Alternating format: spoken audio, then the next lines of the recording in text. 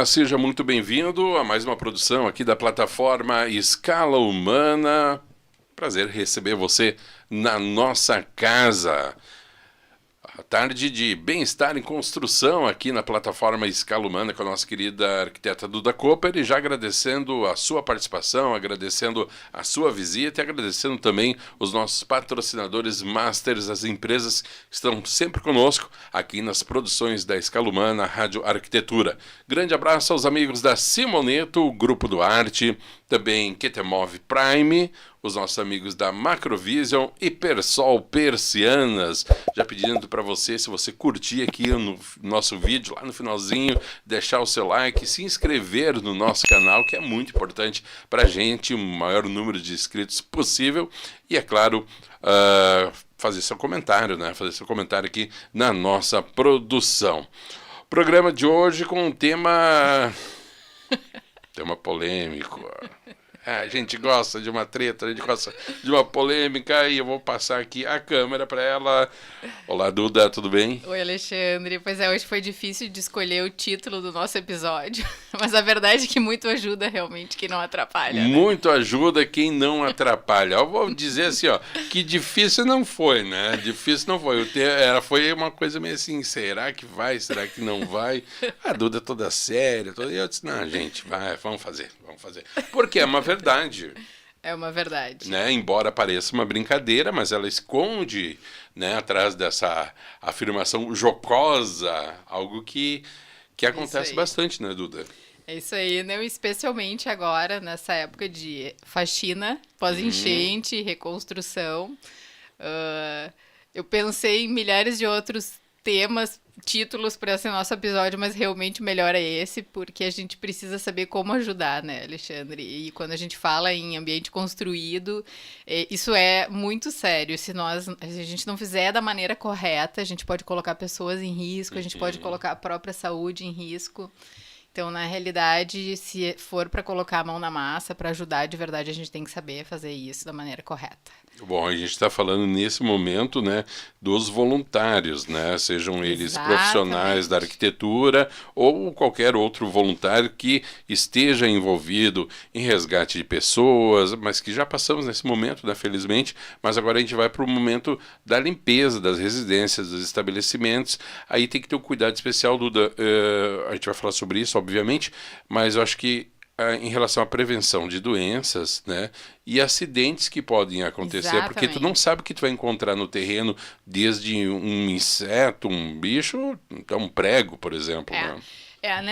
Nessa etapa de reconstrução, a gente tem feito vistorias em alguns edifícios de diversas tipologias, mas a constatação é que depois que a água baixa, o ambiente é bastante hostil, né? Então, quem está acostumado com o ambiente de obra sabe de alguns cuidados básicos que a gente tem que ter para enfrentar um ambiente assim, né? Então, a primeira coisa que a gente fala é que se um voluntário realmente está disposto a ajudar, se ele tem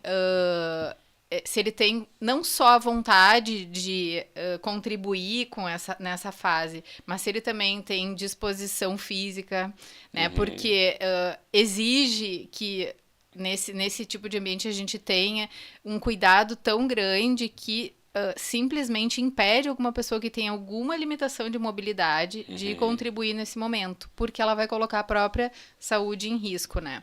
Então, é óbvio que a primeira ferramenta é a empatia, né? Então, quando a gente é voluntário, essa já é uma virtude, né? Que a gente já leva junto para o ambiente de trabalho. Mas os equipamentos de proteção individual são muito importantes. Então, a gente tem visto nesses locais que o uso de botas de borracha é essencial. O uso de luvas de borracha é muito importante também. Se não tiver de borracha, a luva de couro, aquela de obra mesmo, também é interessante. Né? Exatamente. E máscara. De preferência N95, porque ela não vai bloquear um mau odor desses lugares, mas ela vai proteger a saúde de quem estiver no ambiente em relação a todos os compostos voláteis que sejam contaminantes que estão naquele ambiente, né? Então a gente tem que pensar que quando essa água veio, ela veio com muito esgoto, ela veio com todo tipo de substância química que ela veio trazendo no caminho. Às vezes tem combustível nesses lugares misturados. E tem muita matéria orgânica em decomposição, né? A gente tem visto muito rato, muito inseto e... não só mortos em decomposição, mas a gente também tem visto insetos vivos. Então, essa é uma outra coisa. A gente tem que cuidar muito insetos, cobra, escorpião. Em algumas regiões aqui de Porto Alegre, a gente já tinha uma preocupação com os escorpiões e agora é o momento da gente ficar muito atento a isso, porque, em geral, esses ambientes estão sem luz, então eles são escuros, eles estão úmidos, é o ambiente perfeito para esse tipo de inseto. Né? Então eu acho que essa é o primeiro cuidado que a gente tem que tomar, né? A gente tem que chegar nesse lugar já com esses equipamentos de segurança e proteção individual para não colocar a própria saúde em risco. Depois disso, o que a gente percebe é que, embora muitos desses lugares eles já estejam em zonas com eletricidade reestabelecida, eles estão com os disjuntores, em geral, desligados, né? Mas é muito importante fazer essa conferência, né? Antes de se colocar em risco de choque elétrico, né? Então, a gente precisa conhecer o lugar que a gente está entrando, orientado por alguém que já saiba onde fica esse centro de distribuição elétrica, né, para poder fazer o desligamento das chaves gerais. Isso é muito importante. Muitas das faxinas, elas exigem, por exemplo, o uso de lava-jato, né? Então, se a gente for usar o lava-jato e não tiver certeza de que a fonte que a gente vai usar para ligar esse lava-jato é segura, é melhor ou não usar, ou deixar para um segundo momento, ou usar um gerador, né? Então, a gente sabe que equipes estão se organizando, elas levam geradores, levam os lava-jatos, mas essas questões são muito importantes, né? Depois disso, Alexandre, eu acho importante a gente pensar na integridade dos materiais dessas construções, né? Então, lugares onde tem forro de gesso ou forro de lambri de madeira e mesmo forro de PVC, eles muitas vezes estão deformados. E essa deformação pode significar que acima desse forro tem muito peso de lama. Então, é muito arriscado a gente entrar nesses lugares quando a gente percebe a deformação do forro, né? Então, nesses casos, o ideal seria entrar com uma equipe maior, poder fazer a contenção desses forros antes de começar a limpeza, para proteger, né, com escoras e tal, e aí sim usar até capacete.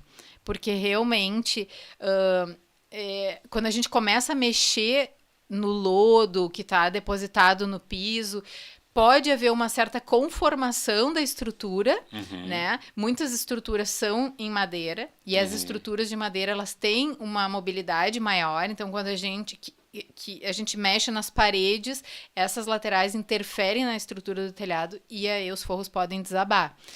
Então, é muito importante a gente ter esse cuidado, porque a gente sabe que é tão bonito a gente ver voluntários entrando em ação para fazer essa limpeza, que é um trabalho pesado, é super difícil, mas a gente tem que pensar em todos esses riscos que eles estão correndo para que a gente não tenha mais uma surpresa ruim, né, nessa jornada de reconstrução, né?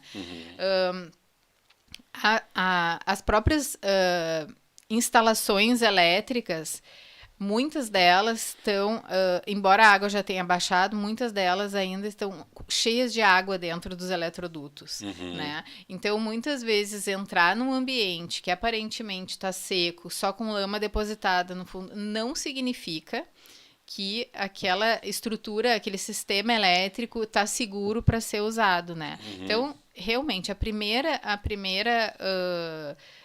atitude é desligar a chave geral e olhar para os forros, né? Então, eu diria assim que são as primeiras medidas de segurança em relação à integridade do ambiente quando a gente entra dentro desses lugares que foram tão inundados, principalmente dos que passaram os 2 metros de altura de água, porque, claro, daí eles atingiram os forros, né? Depois dessa questão de cuidados com os materiais e tal, eu acho importante a gente entender como deve ser feita deve ser feito o descarte de todo o resíduo que tiver dentro desses ambientes. E a gente percebeu já em algumas vistorias que, apesar de que a gente às vezes não consegue nem identificar o que tem no meio daquele monte de lama, aquilo são os objetos da vida de uma pessoa, né? Então, eu acho importante a gente pensar que quando a gente estiver dentro de um ambiente, seja ele uma casa ou uma loja, um estabelecimento comercial ou uma escola, a gente precisa respeitar as pessoas que são os usuários efetivos desse lugar e respeitar a vontade delas, né? Então, a primeira remoção, ela tem que acontecer supervisionada por essas pessoas, né? Todas as coisas que nós começarmos a remover, elas têm que ser supervisionadas, porque muitas vezes, por mais deteriorado que possa estar, aquilo tem um valor sentimental imenso para o usuário, né? E a história das pessoas está dentro da casa das pessoas, né? A gente tem uma relação muito, muito forte com o ambiente construído de longa permanência, que a gente fala, né? Que são as casas e os locais de trabalho, né? A gente cria uma certa simbiose com esses lugares, né?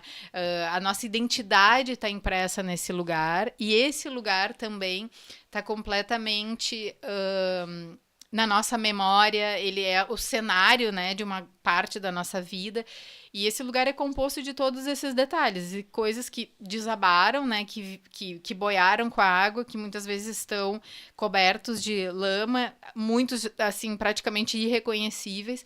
Então, por mais destruído que possa parecer o cenário, a gente precisa agir com delicadeza, para não ferir assim, a história das pessoas, né? Ok, mas a gente dá para afirmar que é com delicadeza, mas com firmeza também, né? Porque assim, ó, eu entendo a questão de respeitar toda essa memória afetiva do local e uma memória afetiva dos objetos, das lembranças, recordações, mas eu acho que algumas coisas, elas não têm recuperação. Não. Por exemplo, não tu vai mesmo. falar de utensílios de cozinha. Eu já presenciei, já soube de casos de gente que disse, não, eu vou lavar essas panelas e vou reutilizar. E eu pensando, gente, um jogo de panela simples, mas, né, 200, 300 pila, a pessoa vai receber uma ajuda de alguém, ou vai comprar e vai colocar a sua vida em risco, a sua saúde, a sua integridade física, utilizando alguns elementos que tu sabe que não é simplesmente lavar, tem todo o procedimento, então é mais aconselhável, no meu ponto de vista, se desfazer para não correr o risco. Né? Quando a eliminação for a alternativa escolhida, a gente precisa saber como separar a destinação desses resíduos, né? Então, a minha sugestão é que se separe sacolas ou sacos de lixo ou sacos de caliça diferentes para tipos de materiais descartados diferentes, né? Então, a gente precisa ter um que seja dedicado para tecidos, né? Para os tecidos que estão encharcados, para os tecidos que realmente não têm como serem reutilizados. Eles podem ser separados num monte específico. Outro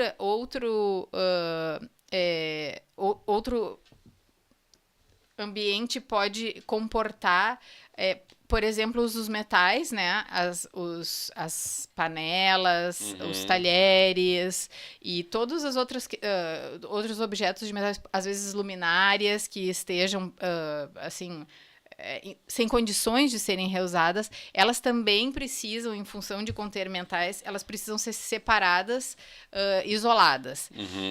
Madeiras, MDF, os madeirados em geral, se eles puderem ainda, se eles ainda estiverem em condições de ser higienizados, eles podem ser higienizados, mas é necessário também avaliar o quanto eles podem ter ainda de contaminação, né? Tudo que for de aglomerado, laminado, MDF, esse tipo de material dificilmente se recupera, porque ele incha muito de água, né? E toda a contaminação daquela água se deposita ali dentro e é praticamente impossível fazer essa descontaminação. Então, esses objetos madeirados, em geral, eles estão sendo totalmente descartados, né? Exceto madeiras de lei, madeiras realmente, as madeiras mais duras, né? Que hoje em dia a gente tem pouco à disposição, né? Dificilmente se encontra. Hoje Talvez dia, os mais velhos ainda tenham, exatamente. Né? Só aquele mobiliário mais antigo, né? As portas maciças mais antigas. Mas como a gente não escolheu onde entrar, né, Alexandre? Pode ser que isso realmente apareça, né? Então, esse sim, a gente consegue fazer um reaproveitamento, né? Fazer uma limpeza, uma desinfecção, lixar, pintar de novo, e eles podem ser reutilizados. Mas os outros, eles têm que ser descartados em separado também.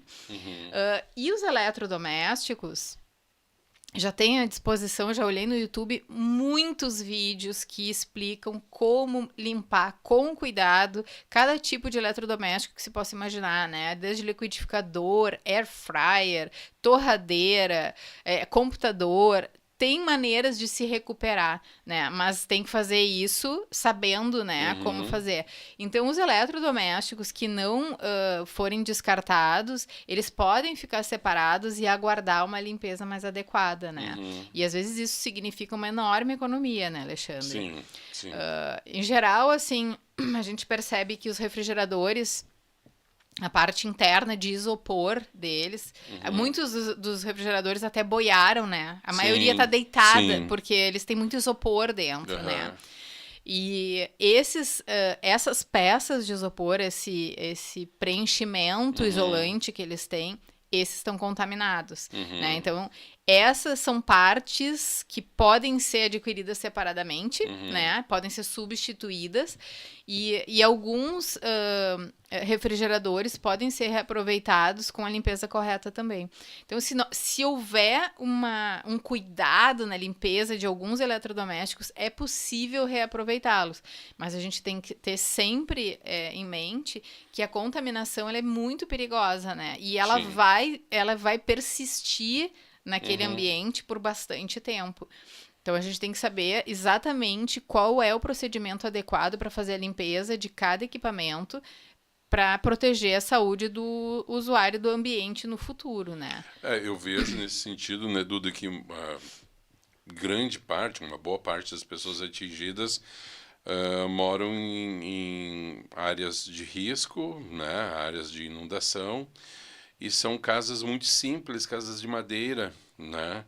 E aí eu fico meio temeroso em relação à limpeza dessas casas, porque a gente sabe que a madeira também absorve toda essa umidade, e isso em algum momento, a gente sabe o quanto o nosso verão também castiga, em algum momento isso aí vai se transformar em algo que vai ser respirado pelas pessoas, né?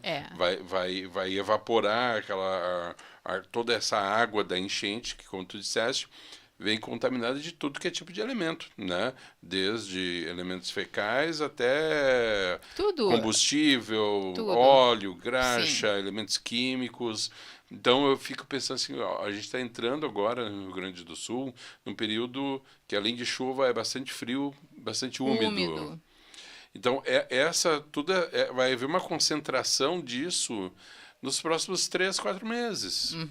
Dificilmente a gente vai conseguir uma evaporação dessa umidade nesse período. É bastante difícil. Assim. Tanto é que a gente tem visto com essas chuvas mais recentes que, embora a gente não esteja mais num estado de enchente, as ruas continuam enchendo, porque não tem vazão de escoamento, porque tudo está muito ainda solapado, o solo ainda está muito úmido. Então, e, claro, tem assoreamento de tubulação, tudo. Então, e isso ajuda a conter a umidade mais perto das casas, né, Alexandre? Então, realmente, isso é um problema, né? A gente vai ter que enfrentar. E sim, os madeirados, todos são elementos que a gente precisa ter um olhar especial. Né? A gente não está trabalhando aqui com a ilusão de que todos vão poder voltar para uma casa de material de tijolo, alvenaria, reboco, enfim. Porque não é a realidade das pessoas. Não é a realidade, mas sim, as casas de madeira, elas exigem um cuidado maior em função disso, né? A contaminação dessas madeiras, ela é um fator bastante preocupante e a gente gostaria de poder dar um tratamento, né, de descontaminação mais adequado para esses lugares, mas esses tratamentos eles têm um custo alto, né, e exige uma mão de obra também local, um trabalho bastante artesanal de lixação dessas madeiras e tal. Então é realmente bastante trabalhoso, né? No setor de reaproveitamento de resíduos, muito desses madeirados já se tem constatado que não poderão ser nem reciclados, porque a descontaminação ela é muito onerosa, né? Então, isso é realmente um problema. Mas, se nós pensarmos... né, que existem outras situações em que há tijolo, reboco e tal também para ser recuperado, a gente tem um longo trabalho de limpeza pela frente e ele também tem que ser feito da maneira adequada, né, com cuidado. E nos casos de construções com paredes rebocadas, com pintura, a primeira limpeza ela pode ser feita com sabão neutro, tá? E depois de limpo, a descontaminação é feita com clorofina, né? Com água sanitária, que a gente fala. Não, a gente faz uma diluição, né, da água sanitária na água e mais ou menos para um balde de água vai uns 4 copinhos de 200 ml de água sanitária. E aí a limpeza pode ser feita com esfregão, com trincha, com esse tipo de material de escovas, assim, né? Passado em toda a superfície. No melhor dos mundos, uma repintura, né? E aí a gente estaria, digamos assim, selando aquilo novamente e liberando para o uso, né? Se não for possível a repintura, arejar muito o ambiente. Exatamente. A gente tem que tentar provocar uma ventilação cruzada dentro desses ambientes para realmente acontecer uma renovação de ar, né? Então, isso é bastante importante, inclusive durante a limpeza, né, Alexandre? Enquanto se estiver realizando a limpeza dentro desses ambientes, o ideal é estar com todas as esquadrias abertas, né? Para deixar essa renovação do ar interno beneficiar até quem está operando a faxina, né? Então, isso é muito importante também. Mas tem todos esses cuidados e a gente fica preocupado, né, com a segurança das pessoas, de todos esses voluntários. E à medida que o tempo vai passando, eles são em número cada vez menor, né, Alexandre? Então, a gente precisa zelar, né, pela segurança dessas pessoas, porque realmente todos voltando a trabalhar, e muitos, além do seu trabalho remunerado, estão levando um trabalho voluntário em paralelo. Eu sou uma pessoa que está fazendo isso, mas a gente acaba reduzindo o nosso tempo disponível para fazer voluntariado, né?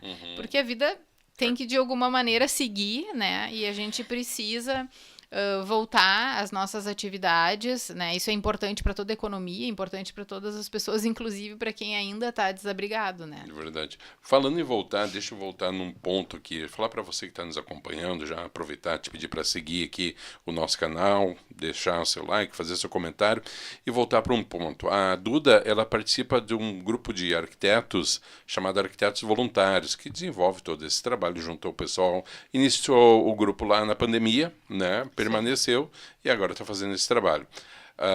Amanhã a Monique Fontes, do Arquitetos Voluntários, estará com a gente às 17 horas, programa ao vivo, nessa quinta-feira, dia 20 de junho, junto com a Aline Furmeister, que é da DU 99, que também tem um projeto de voluntariado junto aí com, né, outros profissionais, chamado Agente Refaz.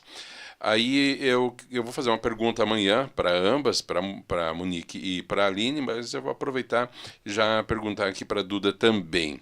Seguinte, Duda, voltando a nossa pauta ali, né, do nosso tema de muito ajuda quem não atrapalha. A gente nota, né, Duda, que nesse momento de uma comoção, muitas pessoas elas se voluntariam de uma maneira extremamente sincera, extremamente, né, gratuita e querem fazer a coisa acontecer, mas muitas vezes essas pessoas não têm orientação ou vêm com alguns, entre muitas aspas, né, alguns vícios, né, ou desprezam o uso de EPI, acho que não é necessário, enfim, uma série de ações que não condizem com o que deveria.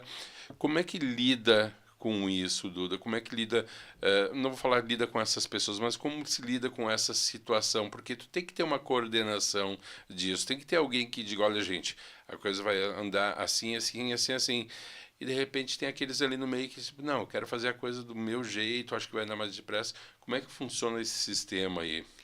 Olha, Alexandre, quando falta autorregulação, é difícil, né? Especialmente quando a gente está falando de um trabalho voluntário, né? No caso dos arquitetos voluntários, a nossa associação, assim, todos estão orientados, né? Assim como nós, existem outros grupos com um trabalho muito bem feito, sabe? Com uma orientação super rígida até, né? Para proteger os voluntários. Mas a minha preocupação é com aquela pessoa que quer ajudar um amigo, sabe? E que não faz parte de nenhum grupo orientado. Estamos falando de uma pessoa que está lá, exatamente, agregou no grupo. Todos nós conhecemos alguém, né? E que foi atingido e que a gente possa se voluntariar para ajudar, para fazer uma faxina e tal. Então, é para essas pessoas, principalmente, que a gente precisa falar, né? É importantíssimo porque a gente entrar num ambiente que foi atingido por uma enchente é mais ou menos comparável a gente entrar num ambiente que sofreu um terremoto, por exemplo, tá? Um ambiente construído. A gente não sabe o que a gente vai encontrar em relação a danos de integridade estrutural. Isso é o número 1, tá? Desculpa te cortar, mas sabe que às vezes eu vejo assim as pessoas fazendo essas ações de forma muito isolada ou com um grupo de amigos, um grupo de parentes, e não se tem nenhuma preocupação em relação a isso. As pessoas vão entrando na casa e limpando, e ninguém fala disso, né? De fazer uma verificação para que elas mesmo estejam em segurança, né? Protegidas. É uma questão até de saúde pública isso, né, Alexandre? Porque isso vai acabar... Se houver, assim, um acidente, isso acaba, né? Isso pode ocorrer a um médio prazo, médio e longo prazo, Duda. Porque agora tu entra e tu não faz essa verificação. E o prédio aconteceu uma avaria estrutural que não é identificada pelo leigo. Sim, o ideal seria fazer uma vistoria por um profissional, né? Lógico. Como a gente não tem o controle sobre esse número absurdo de edificações que foram atingidas, acho difícil, né? Então, assim, de novo, se não houver uma autorregulação, né, é complicado realmente, é super arriscado. E tem também, assim, muitas pessoas que se colocam nessa situação de risco e não tem, por exemplo, as vacinações em dia, né, Alexandre? Sim, isso é muito importante. A antitetânica tem que estar em dia.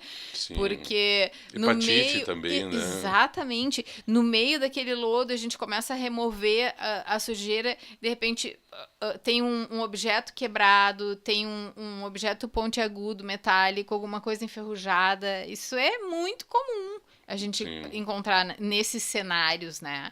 Então, é realmente um ambiente hostil.